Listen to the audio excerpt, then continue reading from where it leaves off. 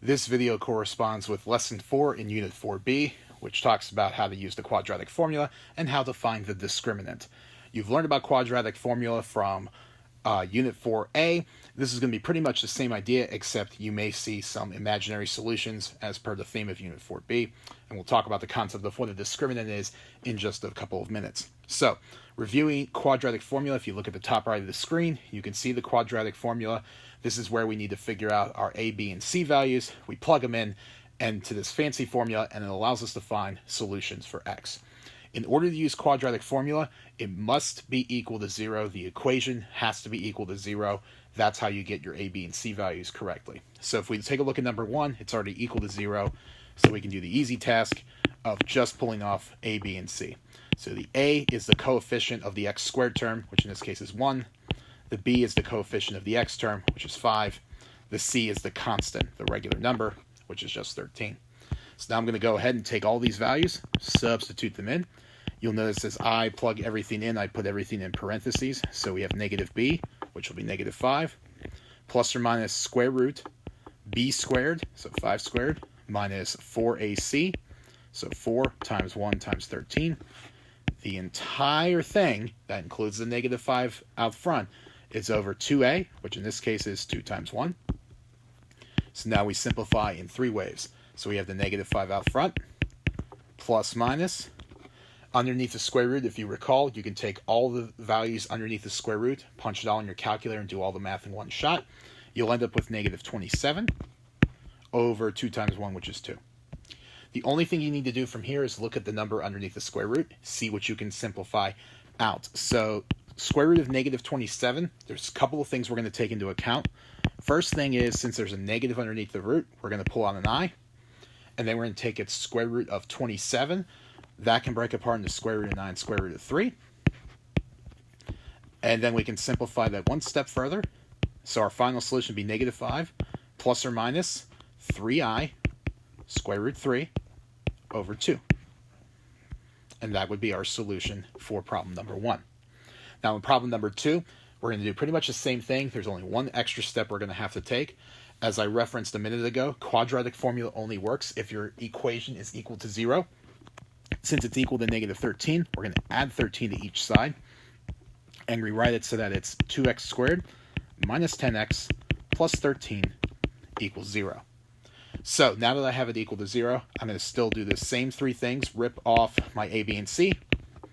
So A is 2, B negative 10, C 13. Take those values, and now we're going to go ahead and plug it into our formula. So negative B, negative negative 10, plus or minus the square root, b squared, so negative 10 squared, minus 4ac, 4 times 2 times 13, all over 2a, so 2 times 2. We simplify, so out front, negative negative 10 becomes positive 10, plus or minus square root, take care of the math underneath, you end up with negative 4, all over 2 times 2, which is 4. I look at square root of negative 4, I can pull the negative out and have an I, and I also look at the square root of 4, I know that's 2. So I can rewrite the square root of negative 4 as 2i, and that again is all over 4. I can simplify this one step further. If you look at all 3 of the terms that are there, they're all even. I can divide a 2 out of each of them, so I can have a final answer of 5 plus or minus I over 2. So again, that should look familiar to what you learned a couple weeks ago at the end of Unit 4A. It's the same quadratic formula. Nothing changes in it. None of our processes change. It's just that underneath the square root, you might get some negative numbers, which means you might get some imaginary and complex solutions. So that's a quick review on how to use the quadratic formula. Let's now take a look at how to find the discriminant. What the discriminant is, it's part of the quadratic formula. It's the part that's underneath the square root, b squared minus 4ac. What this value does is it tells us what types of solutions we're going to have, which you might be able to figure out by doing the whole quadratic formula and seeing from that, but just by using the part that's underneath the square root, it'll tell us whether our solutions are going to be real or imaginary, and it's also going to tell us how many solutions of each type we could possibly have.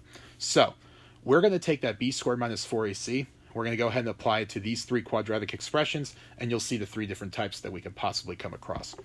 So in number 3 here, we have x squared plus 8x plus 12 equals 0. Now, this is the same as quadratic formula. If you want to find the discriminant, it has to be equal to 0 first. Then we go ahead and we can plug in our values. So b squared minus 4ac, I plug in the 8 for b, a 1 for a 1 for a, and then a 12 for c. All you have to do here, again, you can punch this right in your calculator in one step. You can do a little bit of PEMDAS if you want. No matter what, you come out with 16. So this is an instance where we have a real number solution. We've got a solution that is greater than 0. So this is one of the 3 types that you could possibly run into. So if the discriminant is greater than 0, what ends up happening is you will have 2 real solutions. So what that means is if I were to go through and carry out the rest of the quadratic formula, I'd have 2 real answers for x. So if I have a discriminant that's a positive value, so a number that's greater than 0, if I carried out the rest of the quadratic formula, I'd have 2 real solutions for x. Let's take a look at the second possibility here. So if we look at number 4, 2x squared minus 28x plus 98 equals 0. We're going to do the same thing. We're going to go ahead and plug in negative 28 for b minus 4 times 2 times 98 for c. So all we have to do here, so even if the numbers are a little bit bigger, we can still go ahead and punch this in. What you end up with is a solution of 0. So this is the second of the 3 possibilities. You have the discriminant being greater than 0. If the discriminant is equal to 0, what that means is you'll have 1 real solution. Basically what happens is if the discriminant is 0 and you take the square root of that, square root of 0 comes out to 0. It wipes that part of the problem out, which is the only thing after the plus minus sign. Therefore, you're not going to have that opportunity to split the fraction apart to figure out what the adding part of it and the subtracting part of it. If you're adding or subtracting 0, it's completely useless. So you end up with only 1 real answer. The last type, as you might guess, you might come across some imaginaries here, but let's see what allows us to get the imaginary answers. So once again, I've got my equation here, number 5. 5x squared minus 3x minus 17 equals 0.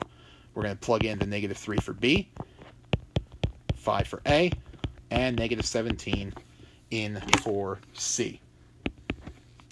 So we go ahead and do that.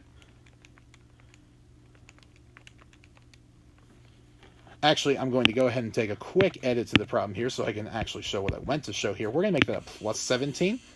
So I'm going to go ahead and just make that quick little modification here on the fly. So we're going to write this as positive 17. This is why you should always check your work before you go ahead and plug this stuff through. So once again, we're going to go ahead and substitute all this stuff in. Make a quick set of calculations here. You end up with an answer when you do this, using these numbers now, as negative 331. This will be the third possibility here. So we had greater than 0, equal to 0. This case, clearly less than 0. If your discriminant is less than 0, so it could be negative 1, negative 2, or in this case, some very large number like negative 331.